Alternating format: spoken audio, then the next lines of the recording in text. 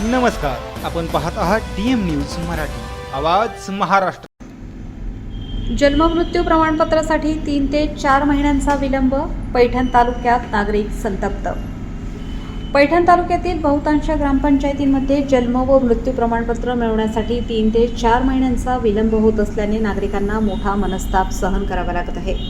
प्रमाणपत्रासाठी ग्रामपंचायतीत गेल्यानंतर ऑनलाईन साईट सुरूनही आरोग्य विभागाकडून प्रक्रिया पूर्ण झालेली नाही, अशी कारणे देत नागरिकांना वारंवार हेलपाटे मारावे लागत असल्याची तक्रार आहे। या विलंबाचा फटका नवजात बालकांच्या पालकांसह विद्यार्थ्यांनाही बसत आहे।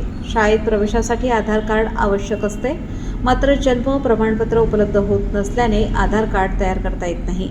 परिणामी अनेक विद्यार्थ्यांच्या प्रवेश प्रक्रियेत अडथळे निर्माण होत आहेत। जन्म व मृत्यू प्रमाणपत्रासारखी अत्यावश्यक सेवा वेळेत मिळत नसल्याने नागरिकांमध्ये तीव्र नाराजीचे वातावरण आहे। संबंधित विभागांमध्ये समन्वयाचा अभाव की तांत्रिक अडचण याबाबत प्रश्न उपस्थित केले जात आहेत।